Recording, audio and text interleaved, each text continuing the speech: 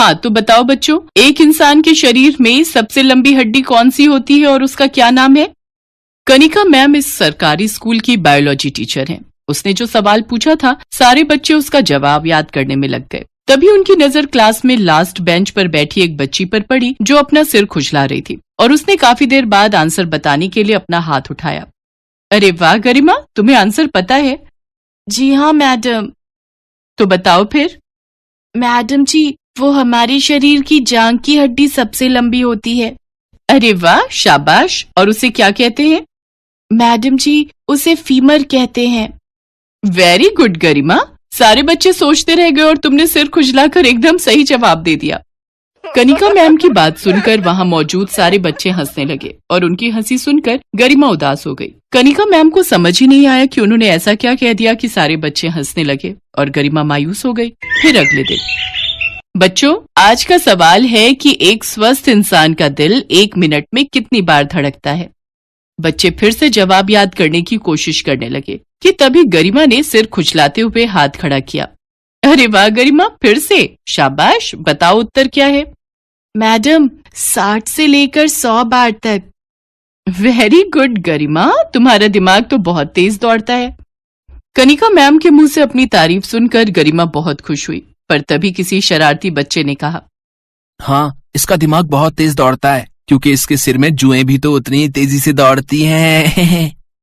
उस बच्चे की बात सुनकर फिर से क्लास के सारे बच्चे हंसने लगे। अब की बार कनिका मैम ने भी ये बात सुन ली थी। उन्होंने उस शरारती बच्चे को बहुत डांट लगाई और फिर उन्होंने गरिमा की तरफ देखा जो लगातार रोई जा रही थी, तो उन्होंने जाकर उसे समझाकर चुप करा दिया। फिर कुछ दिन बाद स्कूल में परीक्षाएं हुई, लेकिन गरिमा जो क्लास में सारे सवालों के जवाब सही देती थी, वो 100 में सिर्फ 40 नंबर ही ला पाई। उसके नंबरों को देखकर कनिका मैम हैरान थी, तो उन्होंने गरिमा को अपने पास बुलाया।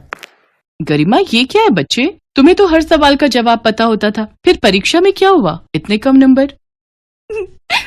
सॉरी मैडम, आगे से ऐसा नहीं होगा।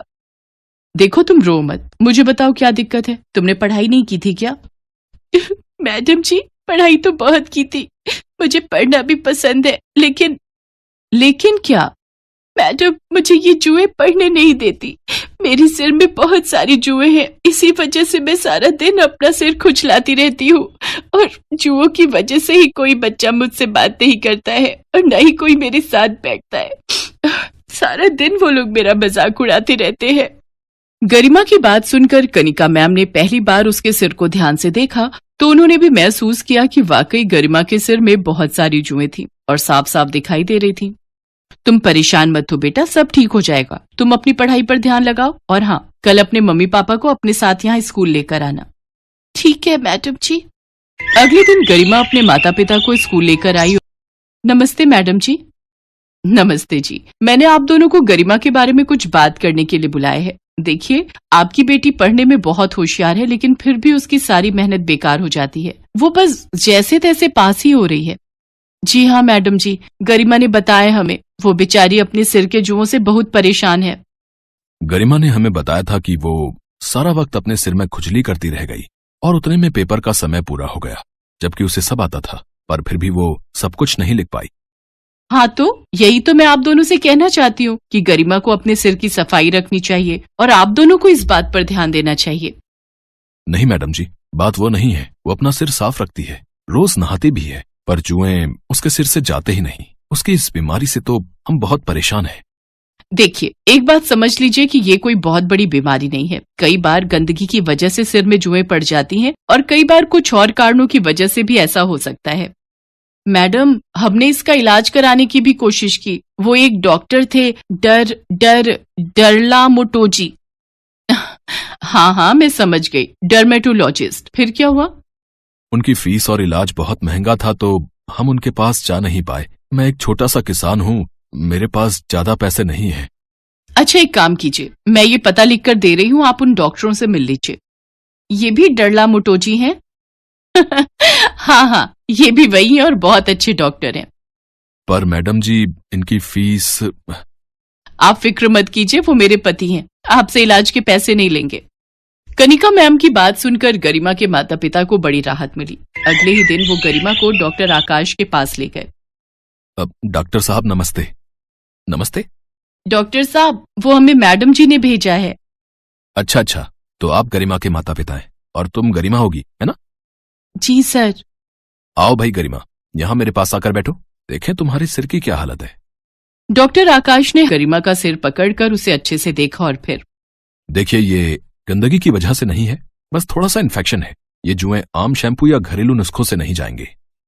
तो फिर डॉक्टर साहब, क्या इसका कोई इलाज नहीं है? अरे अरे, घबराइए नहीं, ऐसा कुछ नहीं है। मैं कुछ दवाई और लोशन लिख कर दे रहा हूं, बाहर स्टोर से ले लीजिए। और हाँ, उन्हें कह देना कि मैंने भेजा है, तो वो आपसे पैसे कम लेंगे। डॉक्टर आकाश और कनिका मैम बहुत अच्छे इंसान थे। उन्होंने गरिमा और उसके घर वालों की बहुत मदद की थी। अब गरिमा वक्त पर आकाश की लिखी दवाइयाँ खाती और सर में लोशन लगाती। कुछ दिन बाद उसके सिर से जुएं जड़ से गायब हो गए और फिर कई दिनों के बाद, नमस्ते मैडम जी। नमस्ते गरिमा, कैसी हो? अरे वाह, तुम्हारे बाल तो बहुत ही प्यारे लग रहे हैं। हाँ जी मैडम जी, और देखिए ना, अब मेरे सिर में एक भी जू नहीं है। डॉक्टर साहब ने और उनकी दवाइयों ने तो कमाल ही कर दिया। हस्बैंड किसके हैं? कनिका मैम की बात सुनकर गरिमा जोर जोर से हंसने लगी। कुछ दिन बाद स्कूल में फिर से परीक्षाएं आईं। इस बार गरिमा ने पहले से भी ज्यादा मेहनत की और पूरा पेपर अच्छे से दिया। जब परीक्षा का रिजल्ट आया तो सभी हैरान रह गए, क्योंकि गरिमा पहली बार अपनी क्लास में फर्स्ट आई थी। और इस बार क्लास में फर्स्ट आई है गरिमा, पूरे 98% मार्क्स के साथ। स्कूल के सभी बच्चों के साथ साथ उनके माता पिता और स्कूल का बाकी स्टाफ भी वहां मौजूद था। और ये देखकर गरिमा के माता पिता की आंखों में आंसू आ गए और खुद गरिमा भी खुशी से रोने लगी। शायद उसके माता पिता के साथ साथ उसने भी खुद से सारी उम्मीदें तोड़ ली थी, जो अब पूरी होती दिख रही थी। ये सब आपकी और डॉक्टर साहब की वजह से ही हो पाया मैडम जी, आपका बहुत बहुत शुक्रिया। अरे नहीं बहन जी, आपकी बच्ची तो शुरू से ही होशियार थी, बस उसे थोड़ी सी मदद की जरूरत थी। आप बिल्कुल चिंता मत कीजिए, मुझे पूरा विश्वास है गरिमा अपने जीवन में बहुत कुछ हासिल करेगी। हाँ मैडम जी, मैंने तो सोच भी लिया, अपनी गरिमा को मैं एक डरला मोटोजी बनाऊंगी। मम्मी, डरला मोटोजी नहीं, डर्मेटोलॉजिस्ट। गरिमा की बात सुनकर वहां खड़े सारे लोग जोर जोर से हंसने लगे। कनिका मैम भी बहुत खुश थी, क्योंकि उनकी थोड़ी सी कोशिश से एक बच्ची की जिंदगी संवर गई थी और उसके सपनों को पंख मिल चुके थे।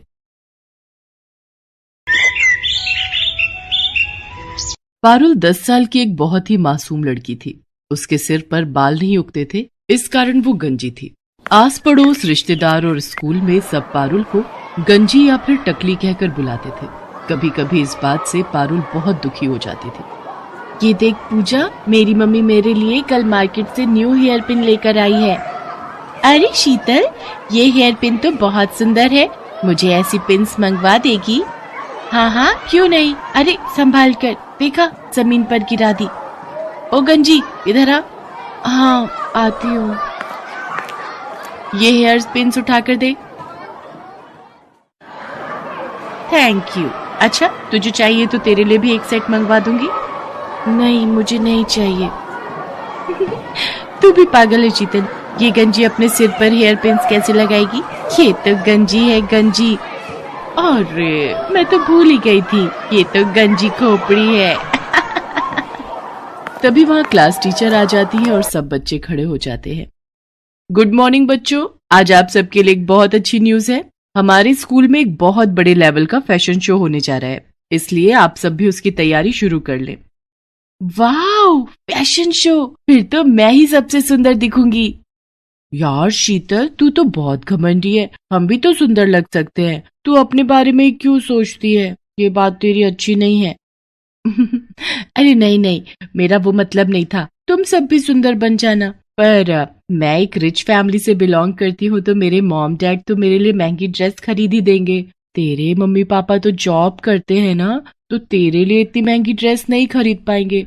और मेरे तो बाल भी कितने लंबे और सुंदर हैं, मैं तो अपने बालों में पार्लर से कोई भी अच्छा सा स्टाइल बनवा सकती हूँ। तुम लोगों के बाल भी बहुत छोटे छोटे हैं, बिल्कुल उस गंजी पारुल की तरह। शीतल की बातों को सुनकर पूजा गुस्से में आ जाती है, पर वो उस वक्त उसे कुछ नहीं कहती। पारुल रोती हुई घर जाती है। पता नहीं कैसे स्कूल में मेरी बच्ची का एडमिशन करवा दिया, सारे बच्चे इसका मजाक उड़ाते हैं, कब तक सहन करेगी? बड़ी मुश्किल से तो ये स्कूल मिला है, हमारे बजट में भी है, और फिर बच्चे हैं, बच्चों की तो आदत ही होती है एक दूसरे का मजाक उड़ाने की। पारुल बिटिया, हमें कभी भी किसी की बात का बुरा नहीं मानना चाहिए। अगर हम ऐसे ही हर किसी की बात का बुरा मानने लगे तो जीवन काटना बहुत मुश्किल हो जाएगा बच्चे। अगले दिन पारुल स्कूल के लिए निकली, पर आज वो जिस रास्ते से जाती थी उस रास्ते से ना जाकर दूसरे रास्ते से स्कूल की तरफ चली जाती है। पर वो मन ही मन सोच में थी, पता नहीं स्कूल जाने का बिल्कुल भी मन नहीं हो रहा। मेरे साथ ऐसा क्यों हुआ? मेरे सिर पर बाल क्यों नहीं है? अगर मेरे सिर पर भी बाल होते तो मैं कितनी सुंदर लगती, फिर मेरा भी कोई मजाक नहीं उड़ाता। तभी पारुल को किसी के बुलाने की आवाज आती है। कोई बचाओ, मैं इस गड्ढे में गिर गई हूँ, मेरी मदद करो। अरे आप कौन हो? रुको मैं आपको बाहर निकालती हूँ। इन्हें बचाने के लिए तो मुझे रस्सी की जरूरत पड़ेगी। अब क्या करूँ? वो एक रस्सी पड़ी हुई दिखाई दे रही है।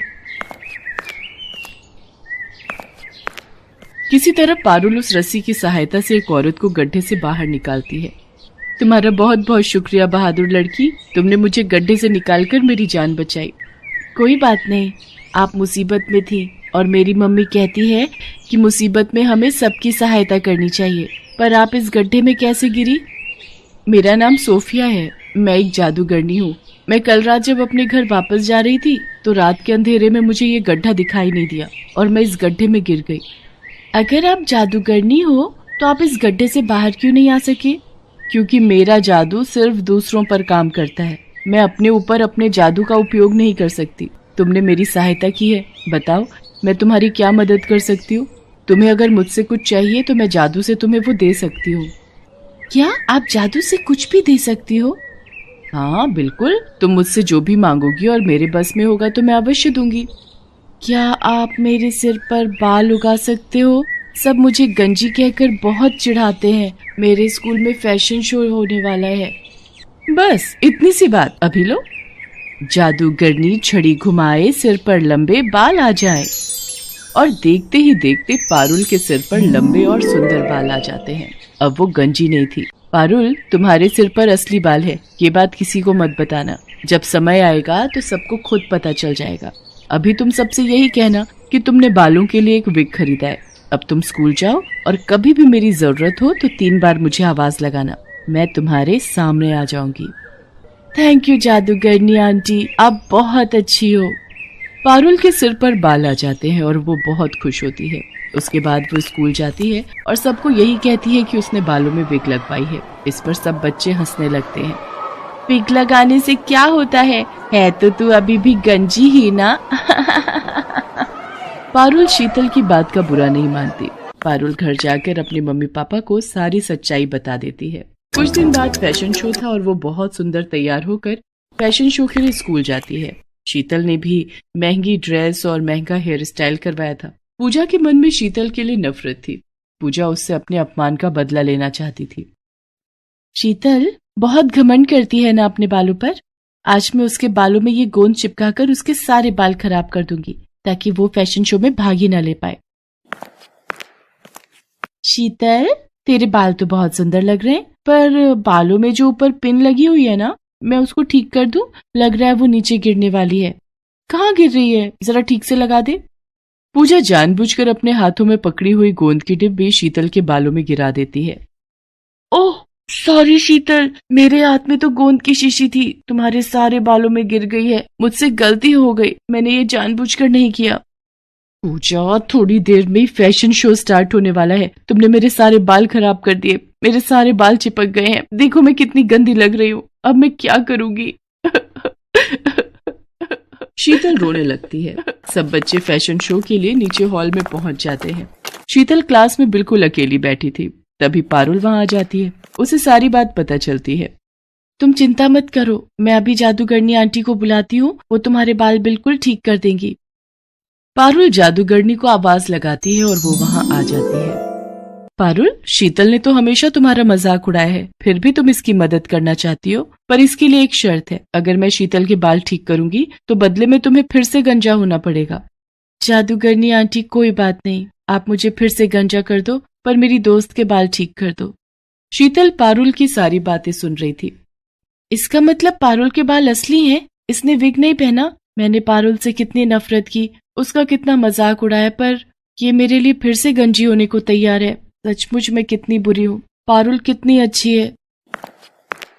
जादूगरनी आंटी, आप ऐसा कुछ मत करना। आप पारुल को फिर से गंजा मत करो। मैं फैशन शो में हिस्सा नहीं लूंगी। आप मेरे बाल ऐसे ही रहने दो। चिंता मत करो शीतल, मैं तो पारुल की परीक्षा ले रही थी। मैं ऐसा कुछ नहीं करूंगी। मैं तुम्हें सीख देना चाहती थी, कभी भी किसी से ईर्ष्या मत करना। ईर्ष्या करना बुरी बात है। पारुल, तुम सचमुच बहुत संस्कारी बच्ची हो। तुम्हारे माता पिता ने तुम्हें बहुत अच्छे संस्कार दिए हैं, इसलिए मैं तुम्हारे कहने पर शीतल के बाल ठीक कर देती हूँ। जादूगरनी शीतल के बाल ठीक कर देती है। मुझे माफ कर दो पारुल, मैंने हमेशा तुम्हारा मजाक उड़ाया। मेरी अपनी दोस्त पूजा मेरे साथ गलत कर गई। मैं सबको बताऊंगी कि तुम बहुत अच्छी हो। पारुल, अब मैं चलती हूँ। अब मैं कुछ समय के लिए यहाँ से दूर जा रही हूँ, इसलिए मेरा तुमसे मिलना नहीं हो पाएगा। मैं जब भी वापस आऊंगी तो तुमसे जरूर मिलूंगी। पारुल और शीतल दोनों मिलकर फैशन शो में हिस्सा लेती हैं। शीतल सबको पारुल के बारे में बताती है। शीतल ने पूजा से बात करना बंद कर दिया था, क्योंकि पूजा ने जानबूझकर बहुत बड़ी गलती की थी। उस दिन से पारुल और शीतल दोनों अच्छी दोस्त बन जाते हैं। पारुल ने हमेशा दूसरों की मदद की, और जो दूसरों की मदद करता है हमेशा उसके साथ अच्छा ही होता है।